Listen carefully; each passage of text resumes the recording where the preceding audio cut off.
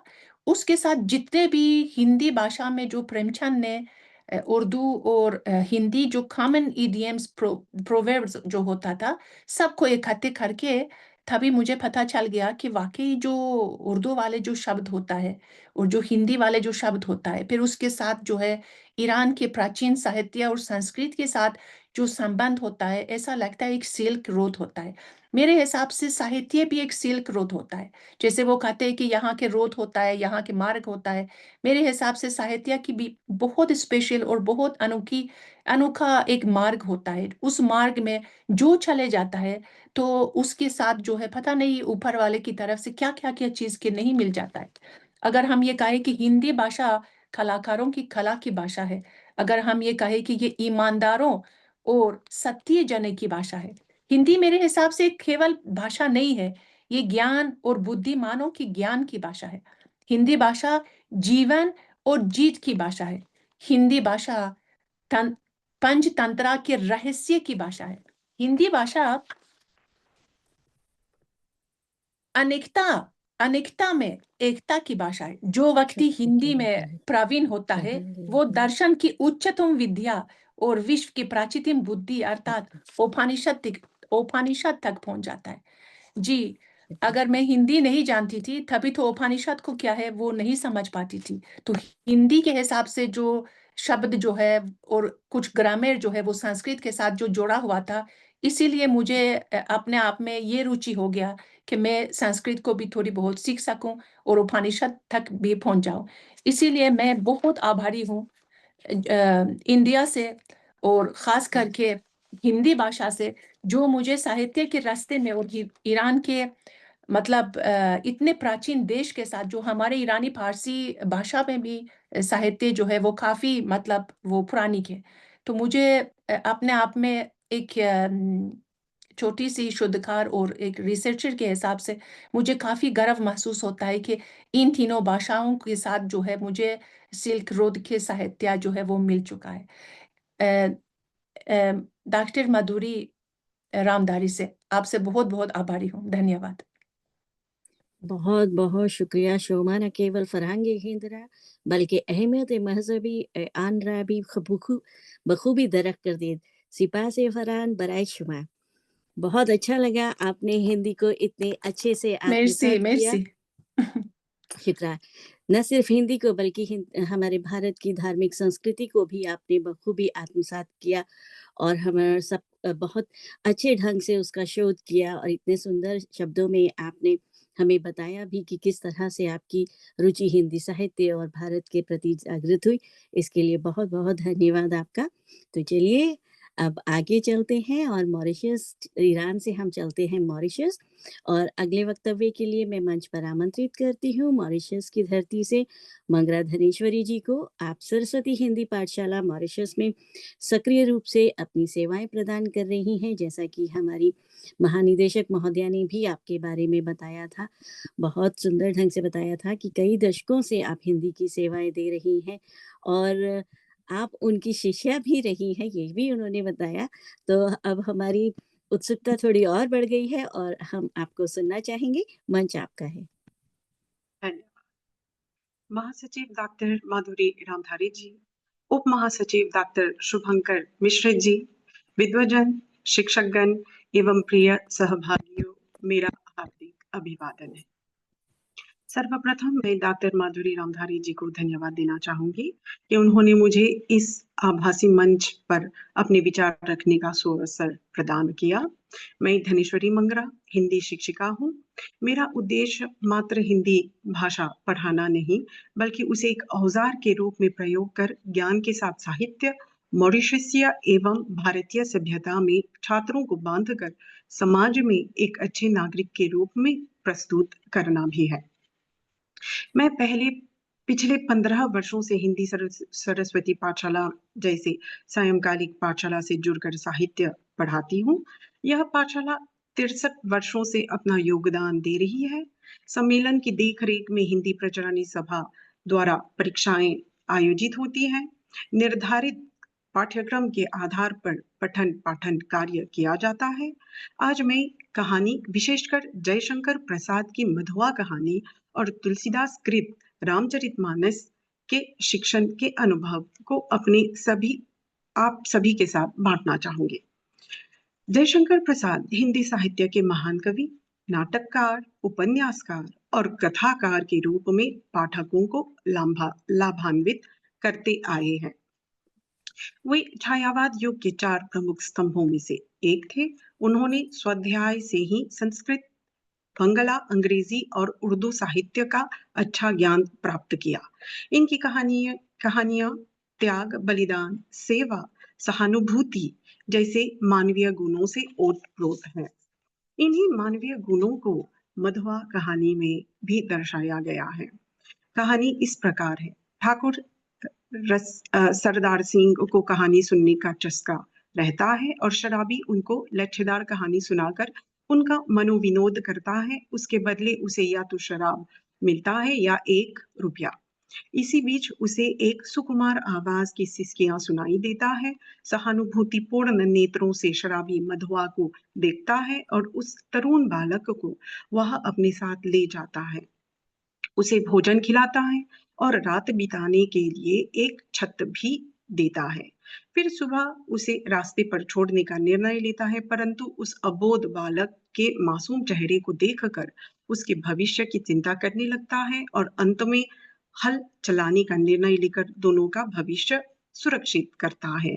इस कहानी के माध्यम से बच्चों को नैतिक शिक्षा, त्याग तथा बलिदान का पाठ सिखाते हुए उन्हें सस्वर तथा मौन पठन जैसे कार्य करवा सकते हैं। छात्रों को छोटे संवाद को नाटक के रूप में प्रस्तुत करने का मौका दे सकते हैं। भाषा शैली पर वाद विवाद, चित्रकला तथा मधुआ पात्र को वर्तमान स्थिति तथा देश के परिवेश के में छात्रों से प्रश्न पूछ सकते हैं कि क्या हमारे समाज में शराबी जैसा व्यक्ति विद्यमान है।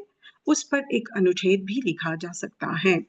संप्रेषण कौशल के रूप में छात्र संक्षिप्त रूप में कक्षा में कहानी सुना सकता है या एक आलाप के रूप में उदाहरणार्थ, यदि तुम शराबी की जगह पर होते तो तुम क्या करते।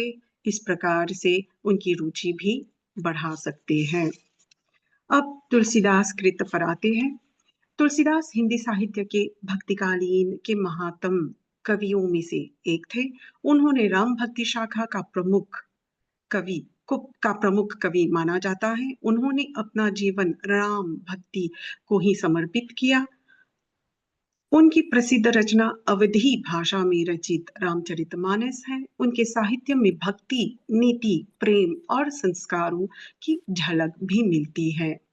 कक्षा में 7 कांडों की संक्षिप्त चर्चा करते हुए हम पाठ्य पुस्तक में निर्धारित बाल कांड के दोहों पर आते हैं। इसमें रामचरितमानस की महिमा, अयोध्या वर्णन, राम नाम की महिमा, राम जन्म आदि घटनाएं भी वर्णित हैं।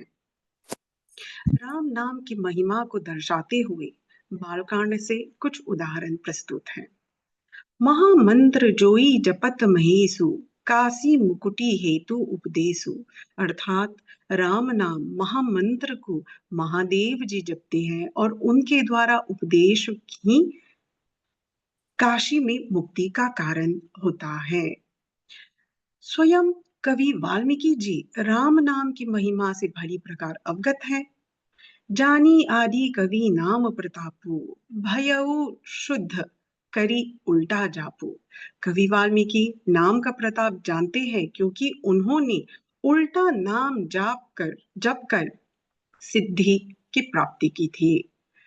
शब्दार्थ समझाते हुए व्याख्या करते हैं, छात्रों को सप्रसंग व्याख्या करने का प्रोत्साहन देते हैं।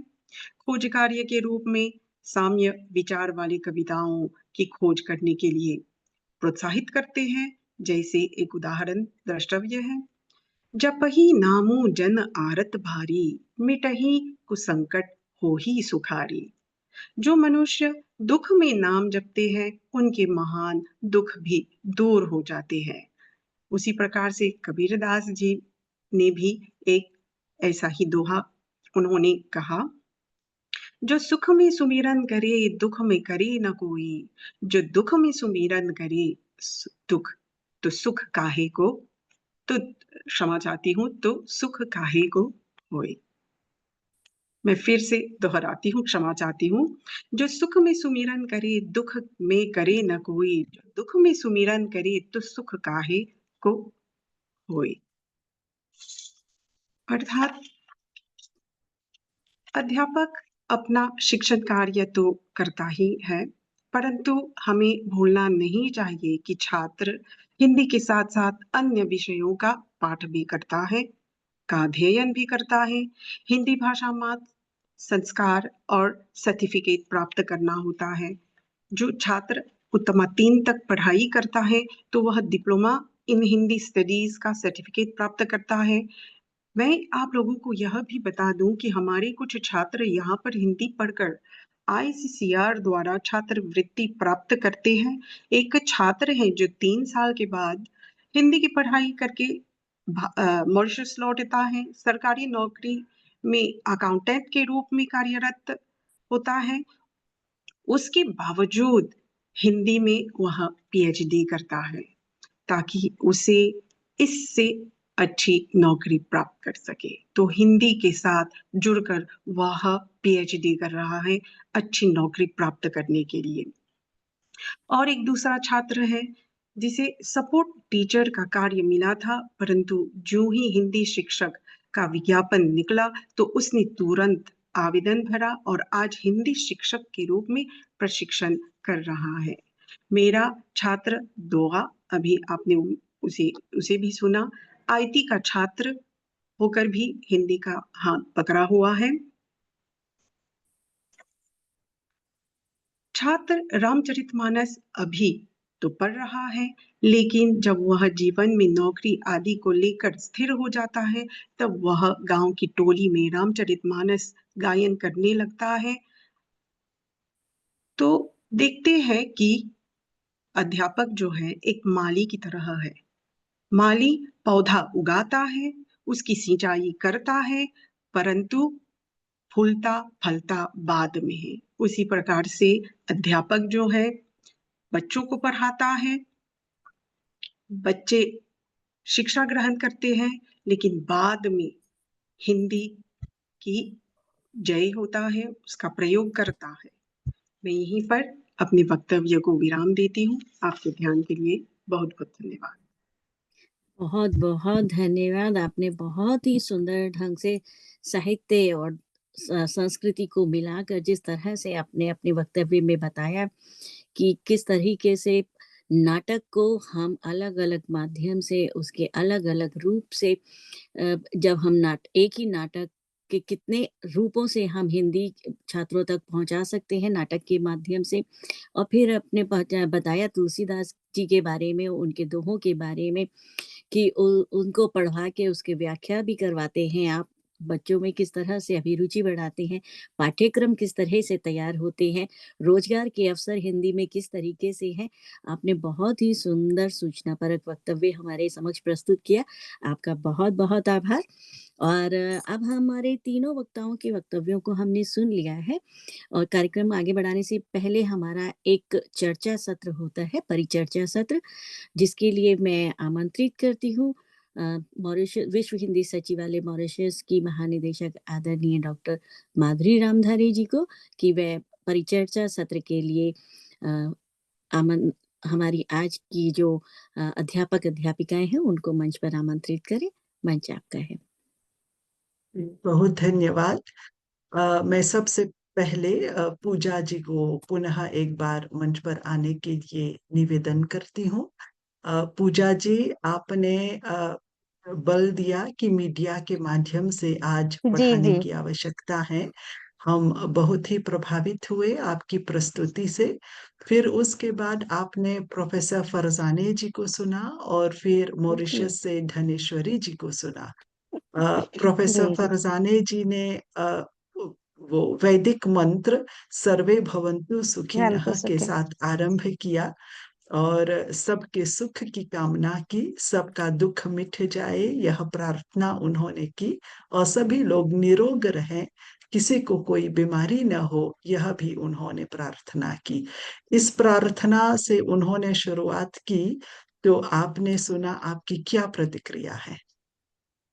मुझे ये देखकर इतनी खुशी हो रही है कि कभी मैंने कल्पना नहीं की थी कि दुनिया के अलग-अलग कोने से मुझे इतने विद्वान लोगों को सुनने का मौका मिलेगा, वैदिक मंत्र सुनने को मिलेगा, लोग उपनिषद पर शोध करेंगे। तो ये सब इतना आह्लादित कर रहा है कि मैं शब्दों में बयाँ नहीं कर सकती। और जो आपका प्रयास है ये, उसको इसी तरह से आगे जारी रखिएगा, मेरा तो यही अनुरोध है। क्योंकि ये देखकर मुझे इतनी खुशी हो रही है कि हिंदी दुनिया के हर कोने में जा रहा है। और जब वैदिक मंत्र और उपनिषदों पर शोध की बात आती है या प्रेमचंद को सुनने को मिलता है, तुलसीदास जी को, तो सच में बहुत खुशी होती है। हिंदी को लेकर जो पूरे विश्व में चिंता है, खासकर हम जैसे लोगों को, वो चिंता कहीं न कहीं कम हो जाती है जब इन सबको सुनने को मिलता है तो। इसके लिए आपका बहुत-बहुत धन्यवाद। जी, बहुत धन्यवाद पूजा जी। मैंने भी जी। उल्लेख किया था कार्यक्रम के प्रारंभ जी, जी। में, जब प्रथम बार के लिए मैंने प्रोफेसर फरजाने को सुना था, तो एकदम जी। मैं चकित रह गई थी। आज जिस तरह से उस समय जिस तरह से मैं चकित हुई, शायद आज आपको भी जी, जी। आश्चर्य हुआ होगा और बहुत ही सुखद आश्चर्य हुआ होगा। जी। प्रोफेसर फरजाने जी ने बिल्कुल, बिल्कुल। पूजा जी के छात्र को सुना। प्रोफेसर जी, पूजा जी। का जो छात्र हैं, मयूर मिश्रा 10वीं कक्षा का छात्र हैं, परंतु साहित्य को वह कैसे अनुभव करता है, उसके भाव को आत्मसात करता है, यह 10वीं कक्षा का छात्र जब इस प्रकार से बोलता है तो सचमुच मन गदगद हो जाता है। आपकी क्या जी, प्रतिक्रिया जी, रही, ज़रूर। प्रोफेसर फरजाने जी?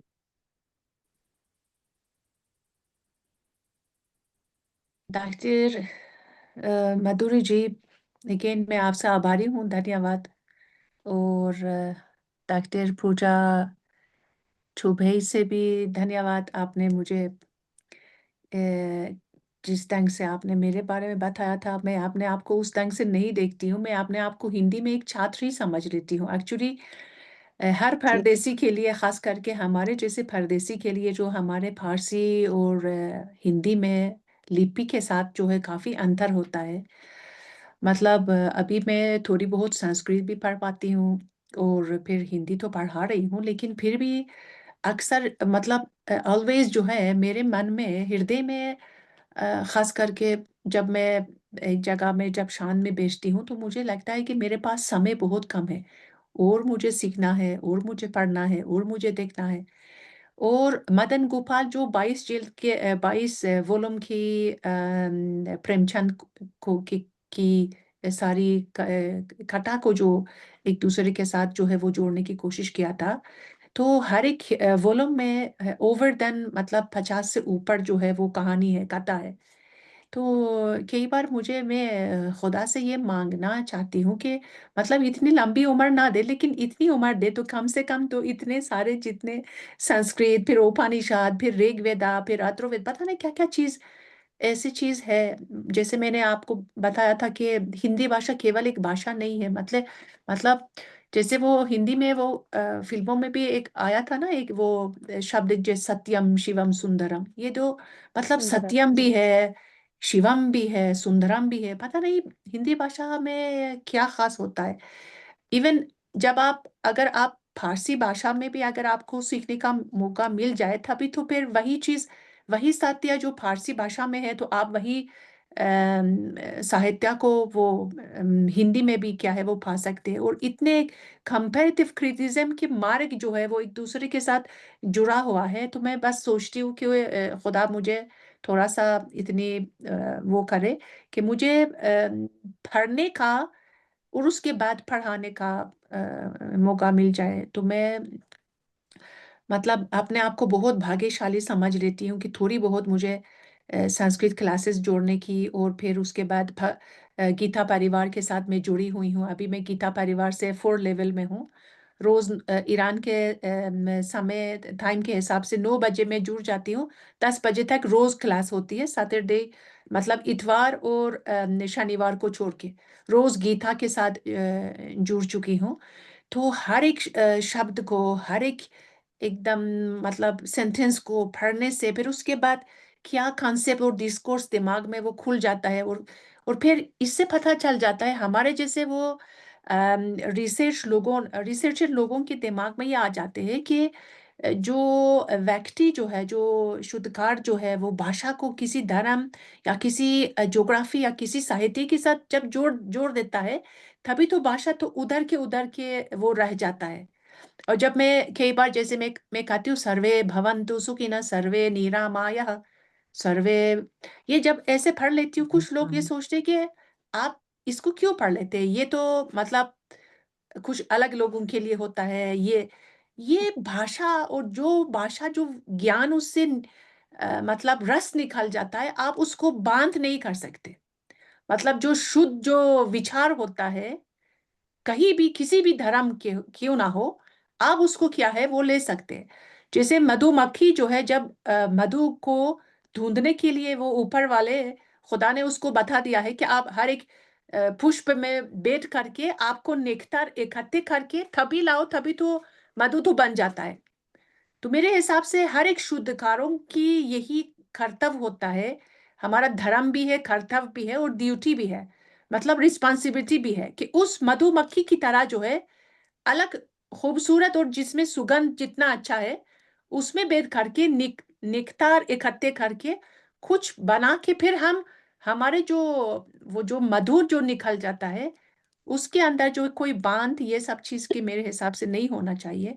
और हिंदी ने मुझे ये सिखाया, फारसी ने मुझे ये सिखाया, हिंदुस्तान ने मुझे ये सिखाया है। और मैं इस बात के लिए खास करके डॉक्टर महोदय डॉक्टर माधुरी रामधारी से शुभकामनाएं, हार्दिक शुभकामनाएं। और आपको सम्मान देती हूँ, आप सभी लोगों को सम्मान देती हूँ कि हम सारे रिसर्च जितने भी जो जने होता है तो बस ये क्या है कि वो ज्ञान विज्ञान और ये सब अनुशासन संस्कृति और साहित्य की सिल्क मार्ग में, साहित्य के मार्ग में हम बिल्कुल जतन करें और पीछे कभी ना हटे और कभी निराश भी ना हो जाए। बस यही मेरी जी, बहुत बहुत प्रार्थना है धन्यवाद। सभी लोगों की। धन्यवाद।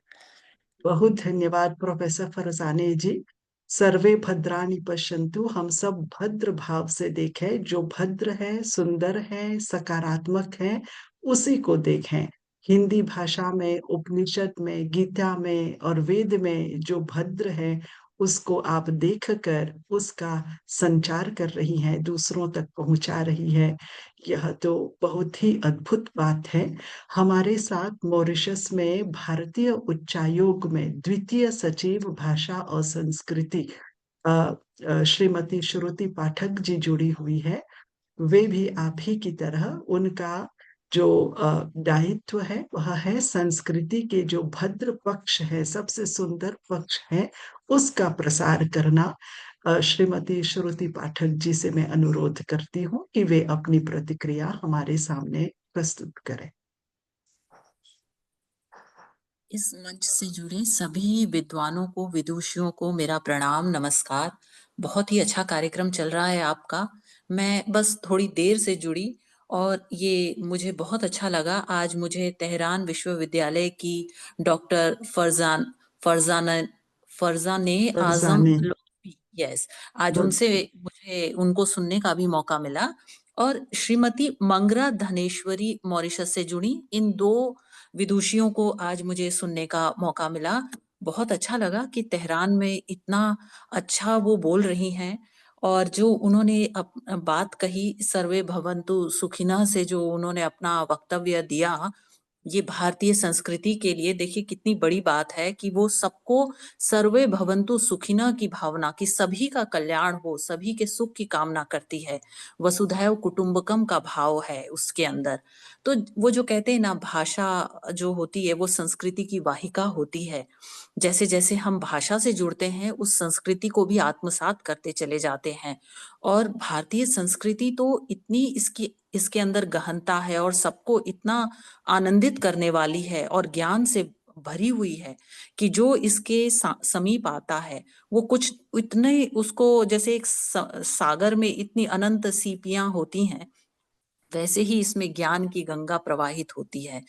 तो जो इससे जुड़ता है और उसमें आनंदित होता चला जाता है।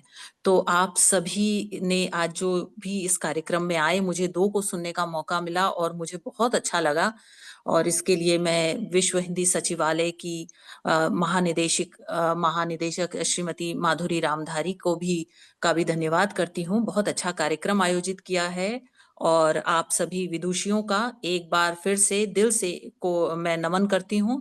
बहुत बहुत धन्यवाद। मुझे आपने सुना, धन्यवाद। आगे के लिए शुभकामनाएं। आपको भी बहुत दिल की गहराई से हम धन्यवाद समर्पित करते हैं।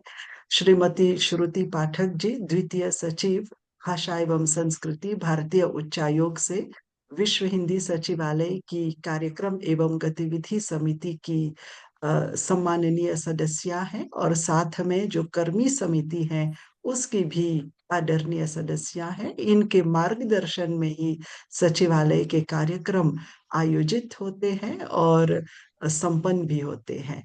तो बहुत बहुत धन्यवाद। और हम धनेश्वरी को भी सुनना चाहेंगे।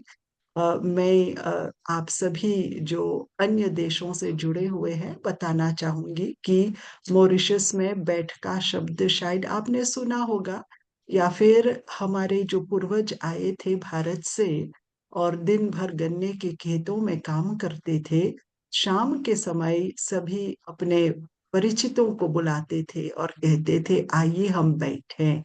बैठें किस लिए? थोड़ा सा अपने ग्रंथ को पढ़ें, रामचरितमानस को पढ़ें, गीता को पढ़ें, हनुमान चालीसा को पढ़ें, आइए बैठें। तो बैठें से बैठक हुआ और बैठक से बैठका शब्द। तो बैठते हुए ग्रंथ का पठन करते हुए फिर बाद में हिंदी की पढ़ाई भी होने लगी बैठका में। और बैठका की जो परंपरा है आज तक चली आ रही है। और धनेश्वरी भी जो सायंकालीन पाठशाला की चर्चा उन्होंने की, वह बैठका का ही आधुनिक रूप है। धनेश्वरी, आज आप हमें बताइए कि आपने प्रोफेसर फरजाने को सुना और आपने सिंगापुर से पूजा जी को भी सुना। आपने उनके वक्तव्य से क्या सीखा जो आप बैठका में अपने हिंदी शिक्षण में लागू कर सकती हैं? धन्यवाद बहन जी।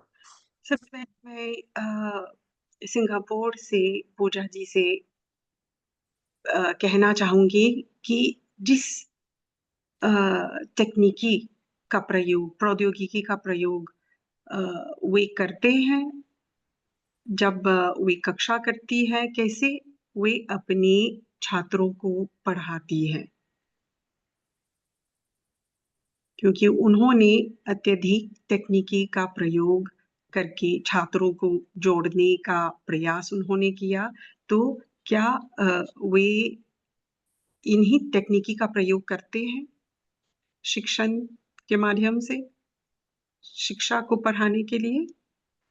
हाँ पूजा जी, धनेश्वरी जी पूछना चाह रही है कि आपने जो संदेश दिया कि हम मीडिया जी की सहायता लें, क्योंकि आप कहाँ तक तकनीक का प्रयोग करती हैं साहित्य शिक्षण में? जी। एक्चुअली जब हम पढ़ाते हैं कक्षा में तो सबसे पहले तो मेरा ये प्रयास होता है कि पहले बच्चों को उस कहानी से जोड़ लेना। तो पहले उनके अनुभव पूछती हूँ मैं। अगर मैं बड़े भाई साहब पढ़ा रही हूँ मुंशी प्रेमचंद का, तो मैं सबसे पहले उनका बचपन पूछती हूँ कि क्या आपको डांट पड़ती है अगर आप पढ़ते नहीं हैं? क्या आपको पढ़ाने के लिए क्या भाई साहब आपके माता-पिता या आपके भाई-बहन कुछ बलिदान करते हैं, कहीं बाहर ना जाना? दूसरी बात उनसे मैं वेब सीरीज़ पे बहुत परिचर्चा करती हूँ, मेरा छात्र भी है मयूर या फ़िल्मों के बारे में बहुत परिचर्चा होती है उनसे। कई बार हम पंचायत पे बात कर लेते हैं कि देखो गाँव का कैसा चित्रण किया गया है।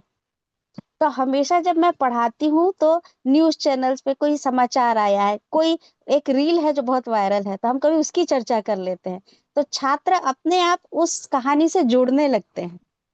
तो मैं हमेशा पढ़ाते टाइम उनके अपने अनुभव, मेरे अनुभव और फिर अभी जो मीडिया का मंच चल रहा है, हम सब साझा करते हैं। और इसीलिए जब भी जैसे रश्मि रथी मैंने बताया, तो कई बार मैं बताती हूँ, क्या सुना है सोशल मीडिया पे 2-3 लाइन बड़े चर्चा में है। तो हमेशा छात्र अपने आप जुड़ते जाते हैं उससे।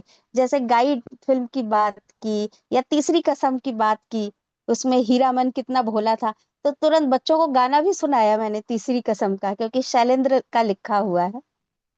तो सजन रे झूठ मत बोलो, तो बच्चों ने कक्षा में गाना भी सुना।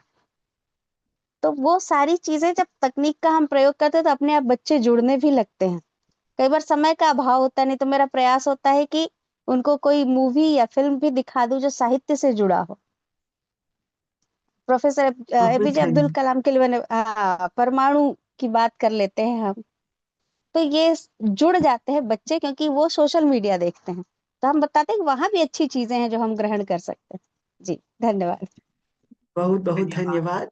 बच्चों को बांधने के लिए ये जो बहुत ही रुचिकर तरीके हैं, उन तरीकों को अगर हम अपनाएंगे तो साहित्य पढ़ने में बच्चों की दिलचस्पी अवश्य होगी। सभी शिक्षकों को मैं धन्यवाद करती हूँ और अब हम परिचर्चा सत्र का समापन करते हुए आगे बढ़ते हैं और बहन ऋतु शर्मा ननन पांडे जी से मैं अनुरोध करती हूँ कि वे अध्यक्ष महोदय जी को आमंत्रित करें। बहुत बहुत आभार आपका। बहुत ही ज्ञानवर्धक परिचर्चा सत्र रहा। बहुत सारी नई बातें दोबारा से जानने को मिली और अब हमने सबको सुना और अब बारी है हमारे आज के अध्यक्ष महोदय जी की। हिंदी साहित्य के प्रति अभिरुचि की उपयोगिता पर प्रकाश डालते हुए अध्यक्षीय भाषण के लिए मैं डॉक्टर संजय अनंत जी, जो भारत से हमारे साथ जुड़े हैं। आप हिंदी साहित्यकार व फिल्म समीक्षक के रूप में अंतर्राष्ट्रीय स्तर पर स्थापित हैं। आप the film foundation trust Chhattisgarh Bharat के नेशनल वाइस प्रेसिडेंट हैं। आपने 2008 में विमल साहित्य संस्थान की स्थापना की थी। अभी तक आपकी दर्जनों पुस्तकें प्रकाशित हो चुकी हैं। आपको वर्ष 2025 का निर्मला अंतर्राष्ट्रीय हिंदी साहित्य सेवी सम्मान, साहित्य अमृत सम्मान, अंतर्राष्ट्रीय रामायण प्रतिष्ठा अवार्ड तथा अंतर्राष्ट्रीय हिंदी संगठन नीदरलैंड व हिंदी परिषद नीदरलैंड द्वारा प्रशस्ति पत्र के अतिरिक्त अन्य राष्ट्रीय व अंतर्राष्ट्रीय सम्मानों से सम्मानित किया जा चुका है। परिचय बहुत लंबा है, जैसे कि हमारे पहले भी कहा था आदरणीय महासचिव महोदया ने। तो अब मैं ज़्यादा देर नहीं करती हूँ क्योंकि हम सभी आपके अध्यक्षीय भाषण सुनने को आतुर हैं। मंच आपका है। हरे कृष्णा। आप सब मुझे सुन पा रहे हैं?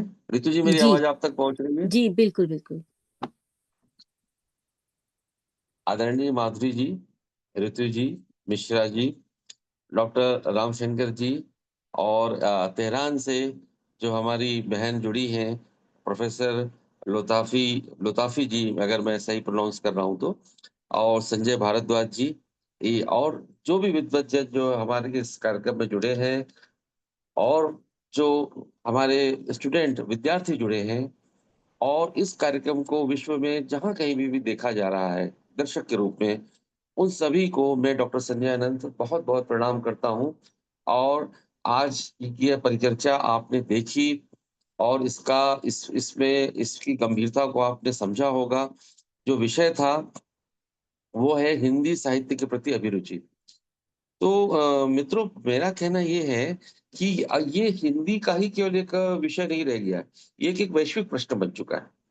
अगर आप भारत में रहते हैं तो भारत में जैसे भारत की अन्य भाषाएं हैं, जैसे बांग्ला है, मराठी है, तमिल है, या फिर आप वैश्विक स्तर पर देखें तो फ्रेंच है या रशियन है। आप किसी भी भाषा भाषी के विद्वान से अगर आप बात करेंगे जो साहित्य से जुड़ा हुआ है या भाषा से जुड़ा हुआ है, तो वो आपको यही उसमें समानता मिलेगी कि वो आपसे यही कहेगा कि भाई साहित्य के प्रति जो है समाज की रुचि कम होती जा रही है।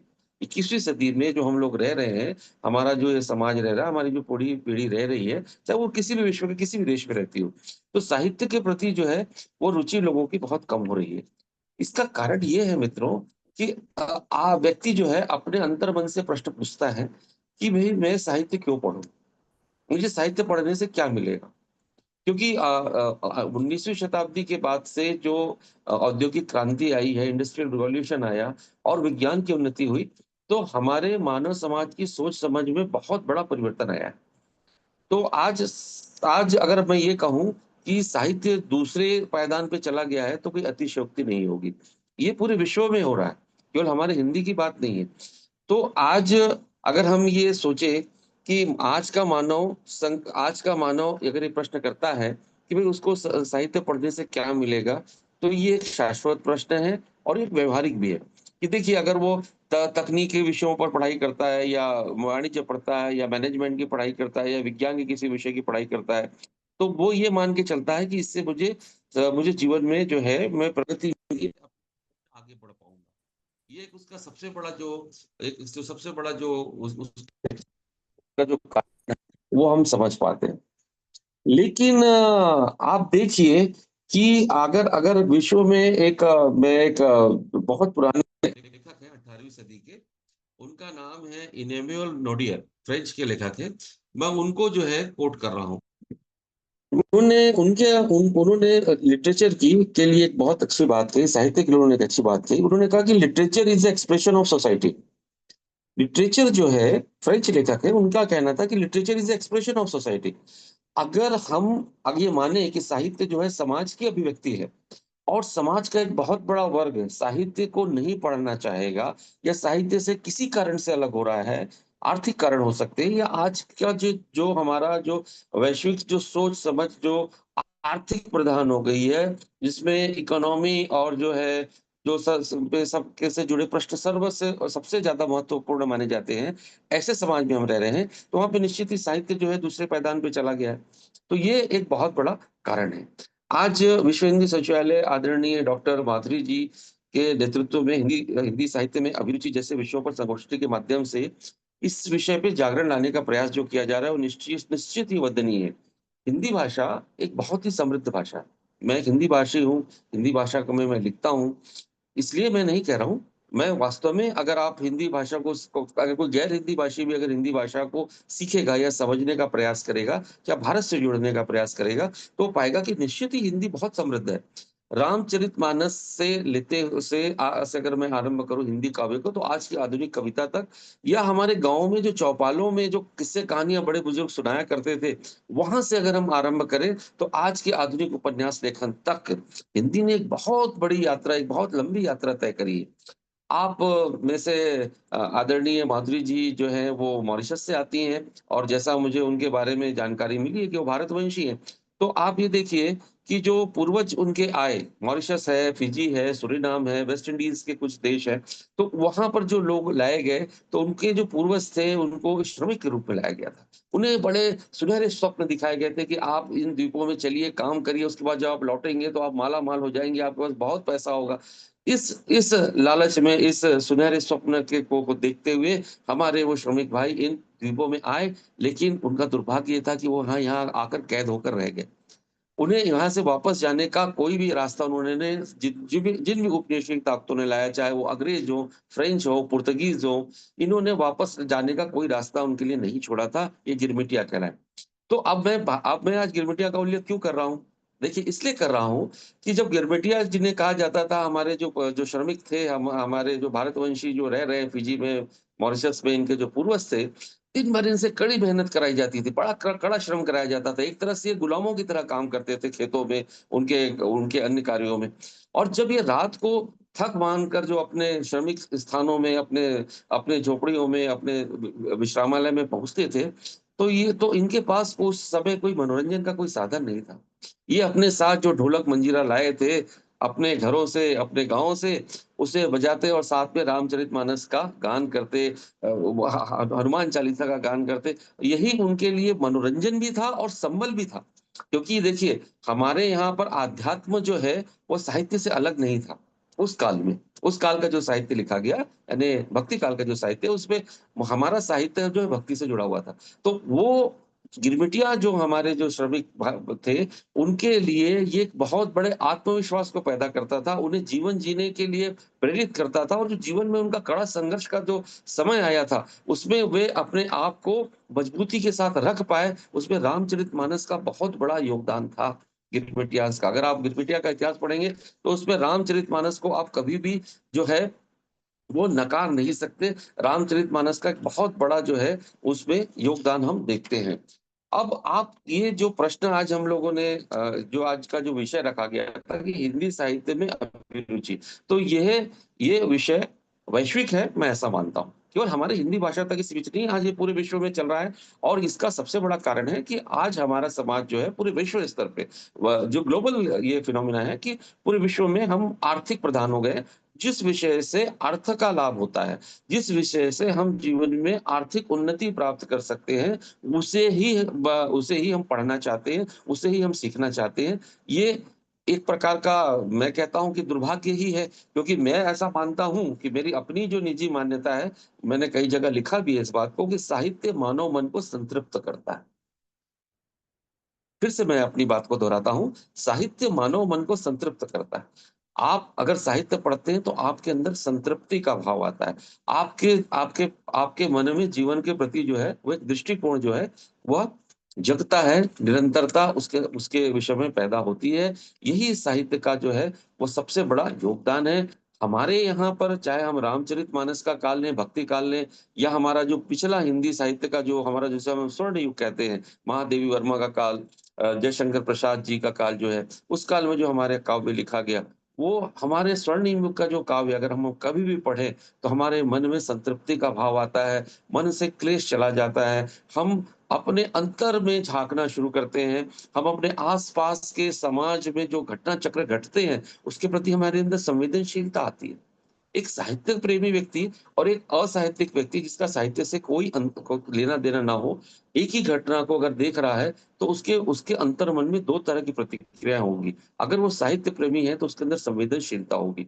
तो संवेदनशीलता होने के कारण वह उसके प्रति जो है, उसके अंदर दया, सहानुभूति का भाव जागृत होगा, और वो चाहेगा कि जो अन्याय हो रहा है, जो गलत हो रहा है, उसका वो प्रतिकार करना चाहेगा, उसे सही करना चाहेगा।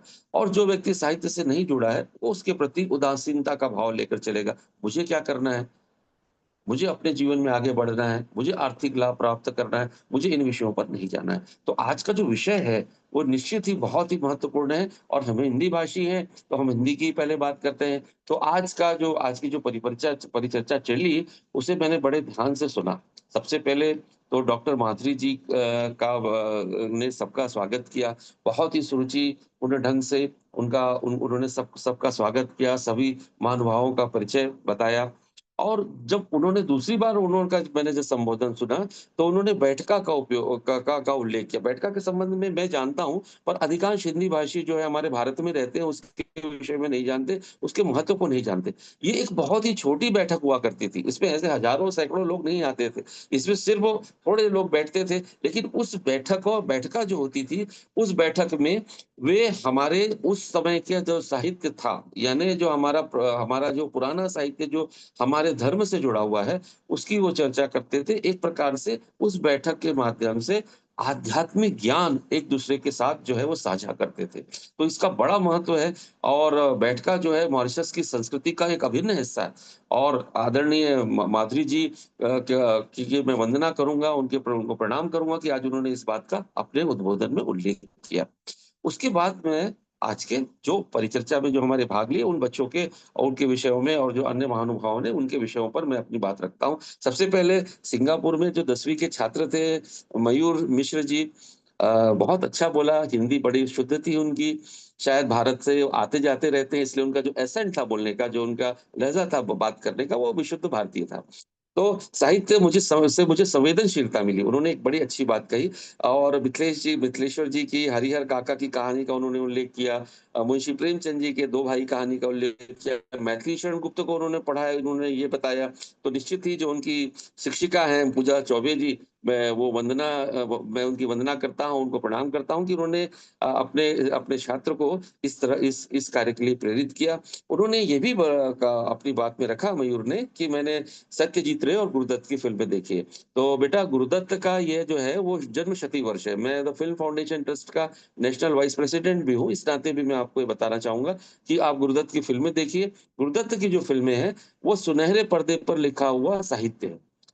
और विश्व की उनकी जो कुछ ऐसी फ़िल्में हैं जो विश्व की 11 यूनिवर्सिटीज़ में फ़िल्म के कोर्स में पढ़ाई जाती है। तो उनकी कलात्मक दृष्टि से भी उनकी फ़िल्में बहुत अच्छी है। और सत्यजीत रे तो अंतर्राष्ट्रीय स्तर पर एक महान क लेखक और एक महान फ़िल्मकार के रूप में जाने जाते हैं। मैं मान के चलता हूँ कि आप उनसे परिचित होंगे।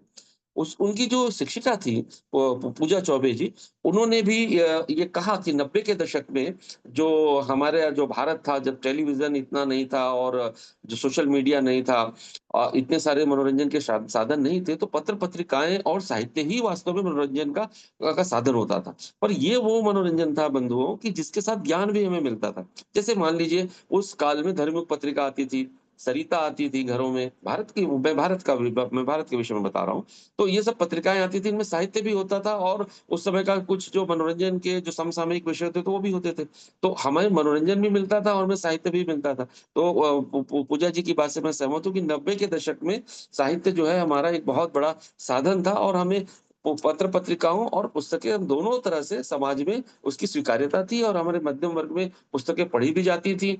और इस प्रकार की जो पत्रिकाएँ आती थी, कादम्बिनी है या धर्मयुग जैसी पत्रिकाएँ घर पे मध्यम वर्ग के परिवारों में आती थी, तो इन्हें पढ़ा भी जाता था और इनसे बहुत सारे हम जो है साहित्य के प्रति हम संवेदनशील होते थे और हमें बहुत सारे बड़े लेखकों को पढ़ने का मौका मिलता था, अवसर मिलता था। उन्होंने कहा कि फ़िल्म तो मैंने जैसा कहा कि फ़िल्म जो है सुनहरे पर्दे पर लिखा हुआ साहित्य ही है, ठीक है? कुछ अच्छी फ़िल्में भी होती हैं, कुछ बुरी भी। जैसे साहित्य अच्छा भी होता है और निम्न स्तर का भी होता है, वैसे फ़िल्में भी। तो अच्छी जो फ़िल्में हैं, वो निश्चित जैसे आपने तीसरी क कस कसम का उल्लेख किया, फणीश्वरनाथ रेणु जी की के ऊपर बनी विमल मित्र की फ़िल्म है वो के उपन्यास पे साहिब बीबी गुलाम बनी। इस तरह अनेक फ़िल्में हैं जिन्होंने साहित्य से आम व्यक्ति को जोड़ा। गाइड का वो जो आपने उल्लेख किया उसमें मैं एक छोटा-सा सुधार करूँगा। गाइड जो है दक्षिण भारत के हमारे बड़े महान अंग्रेजी भाषा में जो लिखा करते थे, आंग्ल भाषा के लेखक थे आर के नारायण जी, उनकी लिखी हुई पुस्तक है। आपने किसी अन्य का नाम लिया था। अब मैं जो सबसे बहुत ही मीठी हिंदी थी जिनकी बहार मोहम्मदी जी एमए की छात्रा हैं, तेहरान में रहती हैं, बहुत प्यारी हिंदी बोल रही थी। मुझे बहुत आनंद आ रहा था जब वो हिंदी बोल रही थी तो। और उन्होंने प्रेमचंद जी को पढ़ा है और उन्होंने ये बताया कि वो प्रेमचंद जी को जब उन्होंने पढ़ा तो उनको भारत के विषय में जानने का अवसर मिला। ऐसा उन्होंने अपनी अपनी बात में रखा। अब मैं उनकी शिक्षिका का भी साथ में उल्लेख कर देता हूँ। तो उनकी शिक्षिका का जो है प्रोफ़ेसर फरज़ान आज़म लोताफ़ी, अगर मैंने सही उच्चारण किया हो उनके नाम का, अगर उसमें कुछ अगर प्रोनंसिएशन में और उच्चारण में कुछ गलती रही हो, तो मैं प्रोफ़ेसर महोदया से क्षमा चाहूँगा। लेकिन मैं ये कहता हूँ कि देखिए कि हमारी जो संस्कृति है, वो भले ही भारत तक सीमित रह गई, राजनीतिक और सामाजिक कारणों से, लेकिन हमारी जो सोच और समझ हमारे पूर्वजों की थी, वो वैश्विक थी, वो ग्लोबल थी। देखिए, अभी आपने जिस उपनिषद के श्लोक से अपना आपने बोलना आरंभ किया, वो सर्वे भवन्तु सुखिनः में हम सारे विश्व के सुख और समृद्धि की कामना करते हैं। किसी एक विशेष समुदाय या किसी एक मज़हब के लोगों की सुख समृद्धि की कामना नहीं करते। हम खुदा से, भगवान से किसी एक विशेष समुदाय के लिए सुख समृद्धि नहीं मानते। हम ये मानते हैं कि जो हमसे सहमत है वो भी और जो हमसे असहमत है वो भी। जो संसार में हमें मानता है वो भी और जो हमारे विचारों को नहीं मानता है वो भी। सारा संसार जो है वो सुखी रहे, सब लोगों को निरोगी काया मिले, सब लोग अपने जीवन में उन्नति करें, ऐसी कामना जो है हमारी है। और मुझे बहुत प्रसन्नता हुई कि जो मैडम जो है वो भारतीय संस्कृति के विषय में बड़ी गहराई से जानती हैं और उन्होंने प्रेमचंद जी का उल्लेख किया, सती उनकी कथा का उल्लेख किया और जो फारसी जो कवि हैं जिसका उन्होंने उन्होंने उल्लेख किया, तो सती के विषय में एक अलग दृष्टिकोण जो है हमें देखने को मिला, जो हमारे भारतीय साहित्य में हमें नहीं देखने को मिलता है। कि जैसा उन्होंने बताया कि एक मोमबत्ती जलती है और जब वो बुझ जाती है, तो उसके साथ ही उस जो उसके चारों ओर जो परवाना घूमता है, उसकी भी डेथ हो जाती है। एक अलग दृष्टिकोण था से उन्होंने समझाने का प्रयास किया। पंचतंत्र का भी उन्होंने उल्लेख किया। मैं मैडम से ये कहना चाहूँगा, प्रोफेसर मैडम से, कि देखिए प्री इस्लामिक ईरा से ईरान और भारत जो है वो एक ही है, एक तरह से कहना चाहिए। मित्रवत संबंध रहे हैं ईरान से और भारत के। भारत में वैदिक काल में जो पूजा पद्धति थी, लगभग वैसी ही पूजा पद्धति आपकी ईरान में भी थी। आप भविष्य में मैं आपसे अनुरोध करूँगा कि इस विषय में आप और अध्ययन करिएगा।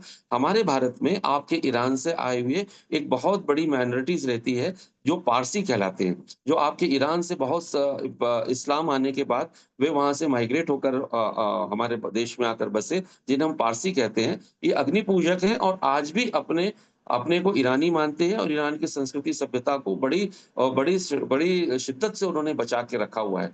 और ये बॉम्बे और गुजरात का जो इलाका है, यहाँ पर ये लोग रहते हैं। लेकिन ये बड़े समृद्ध लोग हैं और बड़े सुशिक्षित लोग हैं। तो ये ईरानी ही हैं, लेकिन ये पारसी हैं, ये इस्लाम को नहीं मानते। तो इनके विषय में भी मैं आप चाहूँगा कि चूँकि आप भारत के विषय में बहुत कुछ जानती हैं और भारत से आपका जुड़ाव है, तो आप अपने ही जो लोग आपके भारत से किसी समय में ईरान से जाकर भारत में बसे कुछ कारणों से, जिनका उल्लेख करना मैं आवश्यक नहीं समझता, तो उनके विषय पे भी आप अवश्य अध्ययन करिएगा, क्योंकि वे आपके अपने लोग हैं। इसके बाद मैं आता हूँ दूसरे जो छात्र थे, उनका नाम था हेमंत ध्रुव। हेमंत ध्रुव जो है आईटी के छात्र हैं। मेरा बेटा भी आईटी में ही पढ़ाई करता है। मैं आपकी जानकारी के लिए बताऊँ, आजकल बच्चे जो है वो हिंदी साहित्य में उतनी रुचि नहीं लेते। मैं हिंदी साहित्य का विद्यार्थी हूँ, एक लेखक हूँ, लेकिन मुझे बड़ा दुर्भाग्य से कहना पड़ता है कि मेरा अपना बेटा जो है हिंदी साहित्य में कोई खास रुचि नहीं रखता। वो मेरे कहने पर कुछ थोड़ा बहुत पढ़ा है उसने, पर ज़्यादा उल्लेख नहीं रखता। पर उसकी आयु लगभग आपकी आयु की जितनी है। आपने तुलसीदास जी का उल्लेख किया, तो भाई देखिए ऐसा है कि आपके जो पूर्वज थे, उनके जीवन का आधार ही रामचरितमानस था। अगर मैं ऐसा कहूँ तो अतिशयोक्ति नहीं होगी। उनका मन, उनकी आत्मा मॉरिशस के लोगों की और सूरीनाम के लोगों की जो है वो रामचरितमानस में ही बसती है। तो आप उसका अध्ययन करा है आपने, बहुत-बहुत आपकी वंदना, आपको प्रणाम, क्योंकि आप इस अध्ययन को और आगे बढ़ाइए, क्योंकि आप रामचरितमानस के विषय में कहा जाता है गागर में सागर, ठीक है? एक छोटी-सी गागर है, उसके अंदर पूरा समुद्र समाया हुआ है। इतना ज्ञान है, एक-एक दोहे की अगर आप व्याख्या करें, तो आप 10-10 पेज, 12-12 पेज में उसकी व्याख्या कर सकते हैं। इतना ज्ञान उसके अंदर जो है, वह समाहित है। उनकी जो शिक्षिका हैं मांगरा धनेश्वरी जी, उनकी हिंदी बड़ी शुद्ध थी। बड़ी शुद्ध हिंदी में उन्होंने बात करी, रामचरितमानस का उन्होंने उल्लेख किया और जयशंकर प्रसाद जी की जो कहानी है मथुआ, उसका उन्होंने उल्लेख किया, जो कि उनकी कालजयी रचना मानी जाती है जयशंकर प्रसाद जी की। तो मैंने ये देखा कि आज की जो परिचर्चा जिस परिचर्चा में आज हम लोग सब सम्मिलित हुए, उसमें हमने ये पाया कि अधिकांश जो हमारे जो प्रवासी बच्चे हैं, विद्यार्थी हैं या आप शिक्षक लोग हैं, वो प्रेमचंद, रामचरितमानस, जयशंकर प्रसाद इत्यादि से ही अधिक परिचित है, ऐसा मैंने पाया। आज का जो आधुनिक जो हमारा जो हिंदी साहित्य है, वात्स्यायन जी की आधुनिक कविताएं हैं, या आज जो समकालीन जो हमारे हिंदी साहित्यकार हैं, इनसे आप लोगों का परिचय कम है, ऐसा मुझे समझ आया। तो लेकिन ये एक आरंभ होता है कि जैसे एक कक्षा में बच्चा जाता है पढ़ने के लिए, तो पहले उसको अनार का आम का सिखाया जाता है, फिर वो आगे चल के शब्द लिखना सीखता है। वैसे ही है कि आपने हमारे जो है प्रारंभिक साहित्यकारों को, रामचरितमानस या जयशंकर प्रसाद या प्रेमचंद जी को पढ़ा। अब आपसे सनम्र अनुरोध है कि हमारा जो समकालीन साहित्य है, उस पर भी आप अध्ययन की ओर आगे बढ़े, उसे भी पढ़ें, उसमें भी आपको बहुत कुछ जानने मिलेगा। और समकालीन विषयों के जो प्रश्न हैं, उनको उनके प्रति आपकी संवेदनशीलता जो है वो जागृत होगी। क्योंकि ये तो बहुत सारी बातें जैसे सती का उल्लेख है, तो सती तो एक जो है पुराना विषय हो गया। आज तो वो कहीं उसका कोई उस आज के समाज में उसका कोई स्थान ही नहीं है। तो आज का जो हमारे जो समाज है, भारत का समाज है, वो वैश्विक सोच रखता है। आज का जो हमारा साहित्य जो है वो वैश्विक साहित्य है। जो हम लिख रहे हैं, जो हमारे आज के जो लेखक लिख रहे हैं, वो वैश्विक उनके अंदर सोच है। उसकी और भारत तक ही उनकी सोच समझ सीमित नहीं है। जैसे आज का हमारे कार्यक्रम का संचालन कर रही हैं ऋतु जी, वो नीदरलैंड में रहती हैं, डच भाषा की भी अच्छी ज्ञाता है। तो उनका जो साहित्य है, उसकी जो सोच है, समझ है, उसका जो विषय है, वो वैश्विक है। तो जो मैं लोताफी जी की हिंदी जो उन्होंने बोली और जितनी शुद्ध हिंदी का उन्होंने अनुप्रयोग किया, मैं उनकी बहुत-बहुत वंदना करता हूँ, बहुत-बहुत प्रणाम करता हूँ। और आज के कार्यक्रम का आयोजन करने के लिए विश्व हिंदी सचिवालय और डॉक्टर माधुरी जी का मैं बहुत-बहुत आभार व्यक्त करता हूँ उनके प्रति कि आज इतना सुंदर कार्यक्रम उन्होंने आयोजित किया। और विश्व हिंदी सचिवालय से मेरा जो संबंध है बहुत पुराना रहा है। उनकी प्रथम जो महासचिव रही हैं, अगर मैं सही बोल रहा हूँ तो हो सकता है उसमें वो शायद प्रथम थी या नहीं, इसमें मुझे थोड़ा-सा जो है वो कन्फ्यूज़न है। लेकिन शायद वो प्रथम थी, वो डॉक्टर विनोद अरुणबाला। उनसे उन्होंने मेरी पहली क कथा संग्रह का की प्रस्तावना लिखी थी, तो उस समय से मैं जुड़ा हुआ हूँ। और अंत में मैं व्यक्तिगत रूप से भी डॉक्टर माधुरी जी के प्रति आभार व्यक्त करता हूँ, क्योंकि उन्होंने मेरी अभी प्रकाशित जो कृति है उसकी भी उन्होंने सब भूमिका लिखी है। इसके लिए भी मैं उनका बहुत-बहुत आभार व्यक्त करता हूँ और मैं अपनी बात को यहीं विराम देता हूँ और आशा करता हूँ कि ऋतु जी के संचालन में और माधुरी जी के नेतृत्व में विश्व हिंदी सचिवालय आने वाले समय में इसी प्रकार के जो विषय हैं, जो हिंदी साहित्य को आगे बढ़ाएँ और हमारी जो नई पीढ़ी है, उसमें हिंदी साहित्य को पुनः स्थापित करें। केवल प पाठक के रूप में और लेखक के रूप में हमें नए लेखक मिले, नए पाठक मिले। ये जो है हो और इसी कामना के साथ मैं अपनी बात को विराम देता हूँ। हरे कृष्ण, कृष्ण कृष्ण हरे हरे, हरे रामो, राम रामो हरे। ओवर टू ऋतु जी। बहुत-बहुत धन्यवाद अध्यक्ष महोदय। आपने बहुत ही विचारोत्तक अध्यक्षीय भाषण तथा वक्ता और हमारे छात्र-छात्राओं पर अपनी टिप्पणी प्रस्तुत की, उनका मूल्यांकन किया, बहुत सी नई बातें हमें बताई। इसके लिए हम आपका हृदय से आभार व्यक्त करते हैं।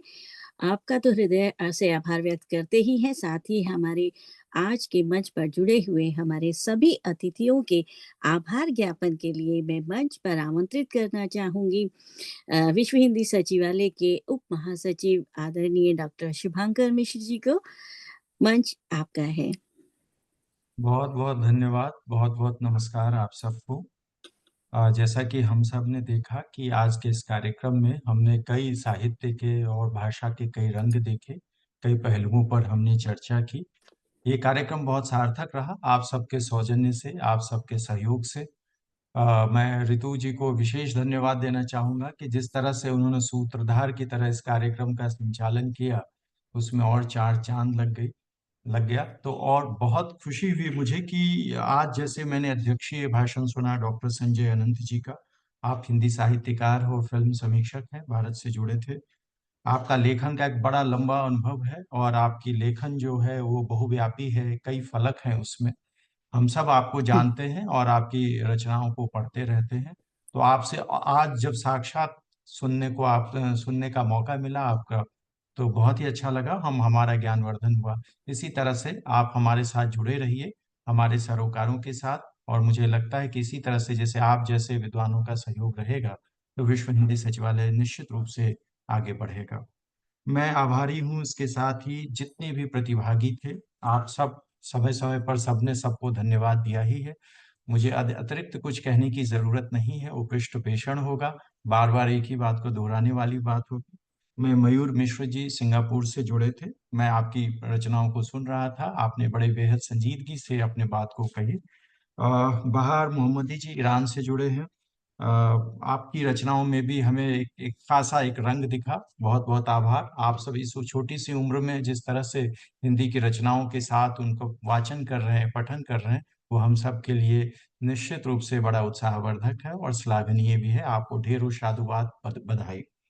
मैं हेमंत ध्रुव घोरा जी मॉरिशस से जुड़े हैं, उनको भी बहुत आभार। पूजा जी सिंगापुर से जुड़ी हैं, उन्होंने कई नवाचारों की आप सब की बातों के साथ आप या इस मंच पर साझा किया कि कैसे हिंदी शिक्षण को और प्रभावी मनोरंजक बनाया जाए। बहुत आभार, आपने अपनी बात साझा की। इससे पूरे विश्व समाज को हिंदी को पढ़ाने की दिशा में, हिंदी शिक्षण अधिगम की दिशा में एक मौका, फायदा मिलेगा। बहुत बहुत आभार आपका। मैं डॉक्टर परजानेह आजम लोथफी जी का विशेष धन्यवाद करता हूं। आप तेहरान से जुड़ी हैं, आपके संस्कृत का उच्चारण सुन करके मत मन गदगद हो गया। इसलिए नहीं, क्योंकि आपने जिस तरह से संस्कृत के शब्दों की बात की और संस्कृत का उच्चारण किया कि माँ कश्चित् दुःख भाग भवेत्, और फिर बाद में ये भी बात उठी कि ये वसुधैव कुटुंबकम की भाषा है।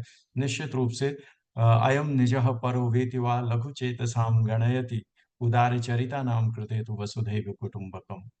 तो हम सब जानते हैं कि अपना पराया ये बहुत छोटी सी बात है, लेकिन जो उदार चरित्र हैं, आप जैसे महामानव लोग हैं, और जिस तरह से आपने जिस उदारता के साथ उसको व्याख्यायित किया, वो निश्चित रूप से वसुधैव कुटुंबकम की भावना को, जो हमारे आर्ष मुनियों की जो की सोच थी, जो क्रांति दृष्टा ऋषि थे, उनकी सोच को आपने एक बार फिर से यहाँ रूपायित किया। बहुत बहुत आभार प्रोफेसर आपका, कि आपके इससे सुन के मुझे इसलिए भी अच्छा लगा क्योंकि मैं स्वयं संस्कृत को बहुत नजदीक से समझने की कोशिश करता हूँ। समझता नहीं हूँ क्योंकि संस्कृत बहुत विशाल है, लेकिन जितना समझा उसमें बहुत आनंद आया। बहुत बहुत धन्यवाद आपका।